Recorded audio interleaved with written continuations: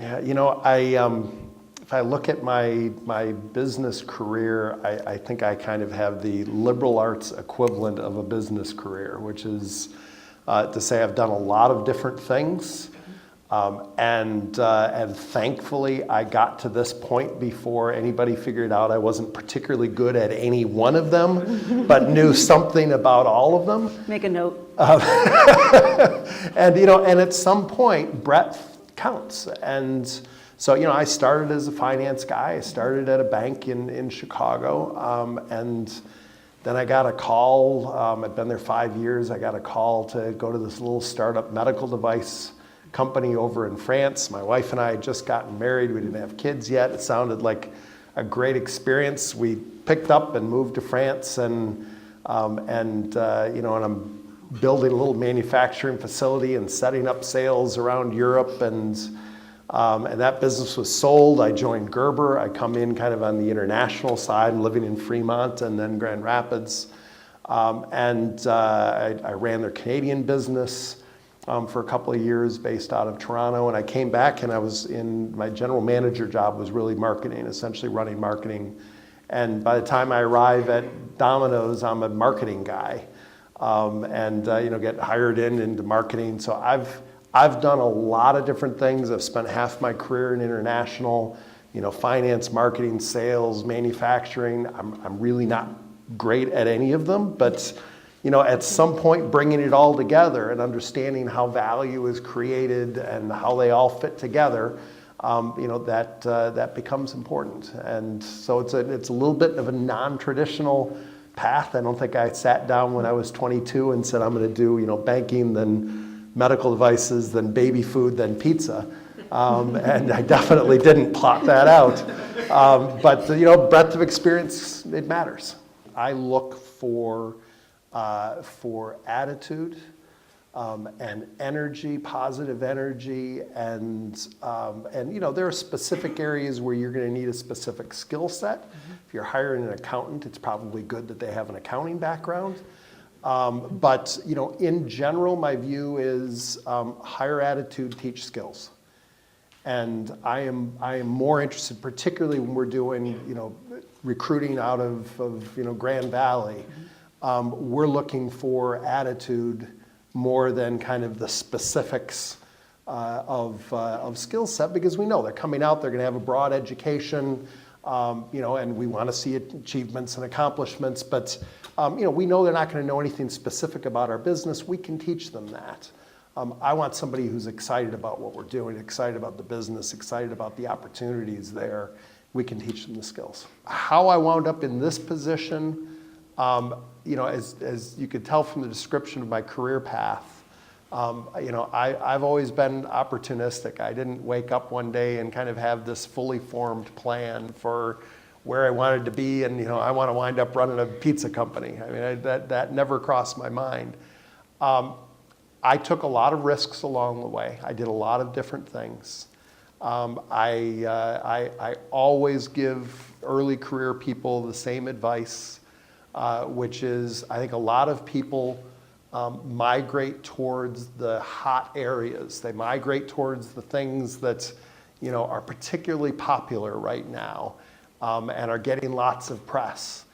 And my approach, and I can make sense out of this now when I look back. I'm not sure that I was completely conscious of what I was doing along the way, but my approach was always to find things that were broken and fix them.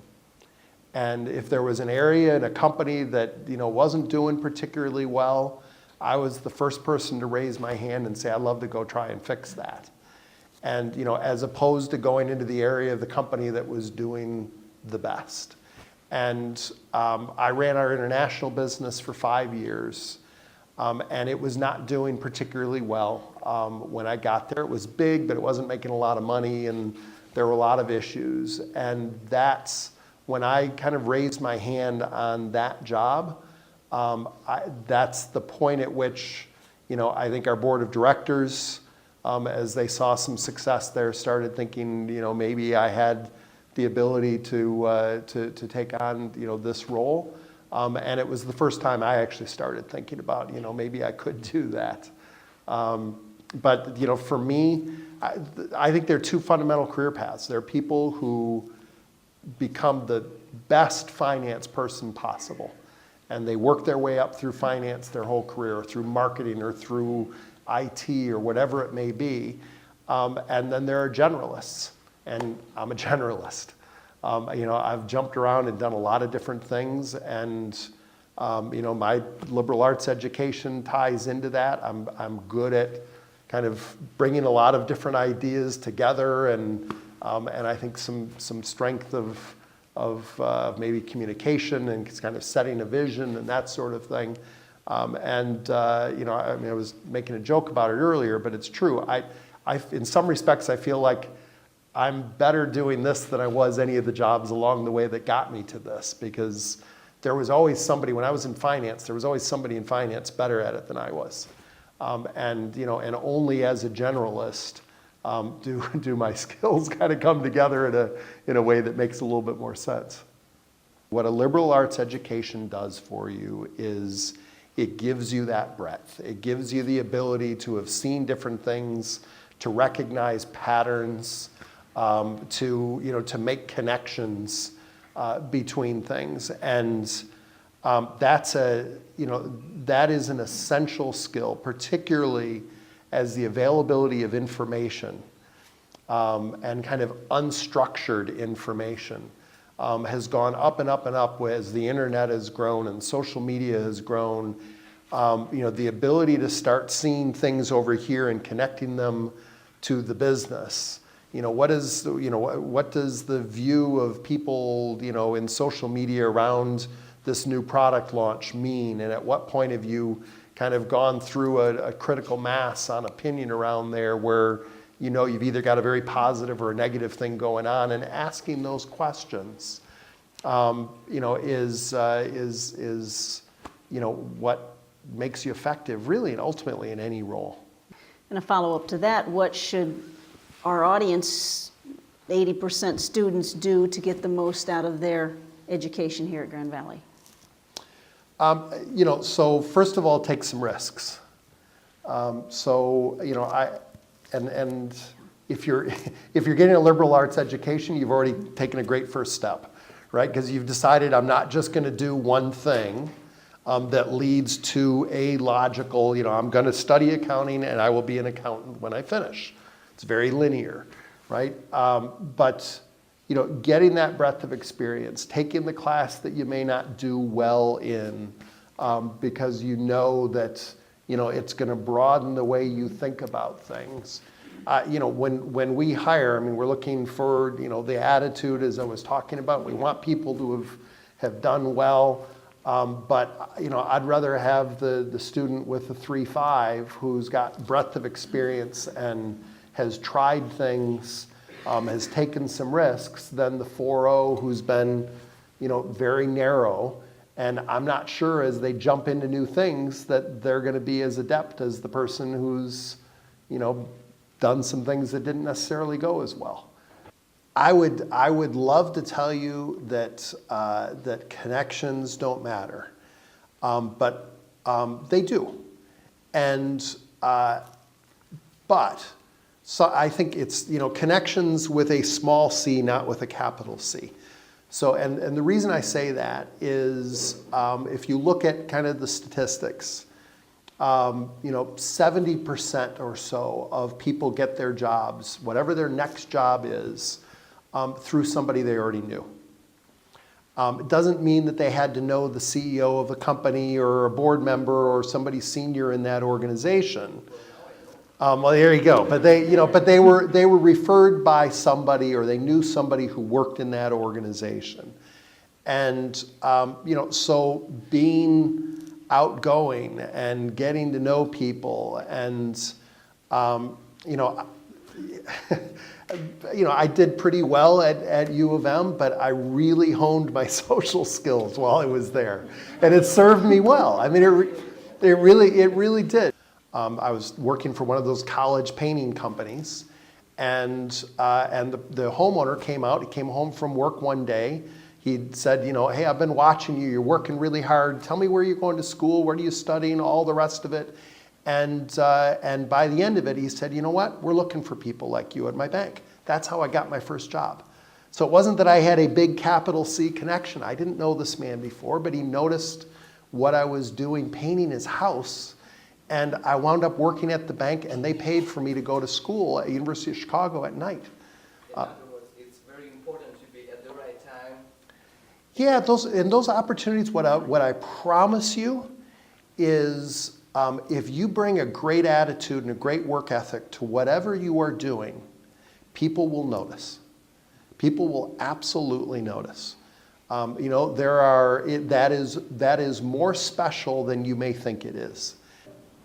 One of the things that I think is incredibly important in leaders is that they develop trust from the people who work for them. And trust is built from time, people seeing you doing what you've said you're going to do, and being kind of consistent in how you approach things. And the reason that's important, and I really think it's the basis for an effective business and an effective leader.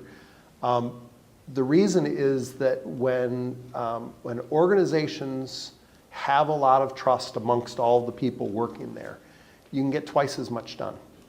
Organizations where the trust is not there, people spend a lot of time thinking about, well, how does this decision affect me, and is somebody going to try to angle in and get an opportunity that I was hoping I was going to get? When people trust everybody else they're working with, you just don't spend time on those things. And so that goes back to hiring the right people, hiring attitude, as opposed to hiring the person who has necessarily proven that they are the most skilled at that absolute job. I'd much rather hire the person who's excited to be there, who's a good person, who has great relationships with people, and take them from being a B with that skill set to being an A over time. Ultimately, you're going to have a better leader that way. Somebody along the way told me the idea around kind of finding something that's broken and fixing it. And that became very important to me. And it's something that I started thinking about as I was kind of managing my career. But you learn things from everybody you work for, including even people who aren't great bosses. You learn things from them as well. And go back to the idea of failure, being important and having mistakes along the way. Frankly, working for the wrong boss, you learn a lot. You really do. I mean, don't learn for 10 years from that person, but a couple of years, it's an okay thing. But I think really taking risks along the way, finding things that weren't necessarily the most logical, linear career path for me was really important. So, well, first of all, we've got an active university recruiting program and a leadership program, and we recruit at Grand Valley, and so my general view, though, is I think the right mix is companies kind of promoting from within about 80% of the time, and going outside about 20% of the time, and that's anywhere close to that. You want people to see that there's a career path there, that the majority of the opportunities are going to people who've proven themselves in the organization. But every once in a while, I'll look at an area and say, we haven't brought somebody in at a mid-level or senior level into that organization from the outside in a while. We need somebody to bring in a new set of lenses to the same old issues and see if they bring some new thinking to it. And so we try to sprinkle some people in from the outside, but the vast majority, I think, of a healthy company come internally. And so from a talent standpoint, you need to get a diversity of experiences. You need to be around different people. If you can get an opportunity to go abroad, go abroad. I got a daughter who's a junior in college right now. She's doing a semester in Madrid right now, and is her second part of her double major is Russian and Russian language, Russian language and literature. And it is critically important. And look, there are going to be lots of people who have great careers that stay domestic. I bring a lot of bias to this answer because I've spent probably half of my career, either running international or living outside of the U.S. But you have to do it. You have to build skill set around it. It is ultimately, it's just very valuable in organizations.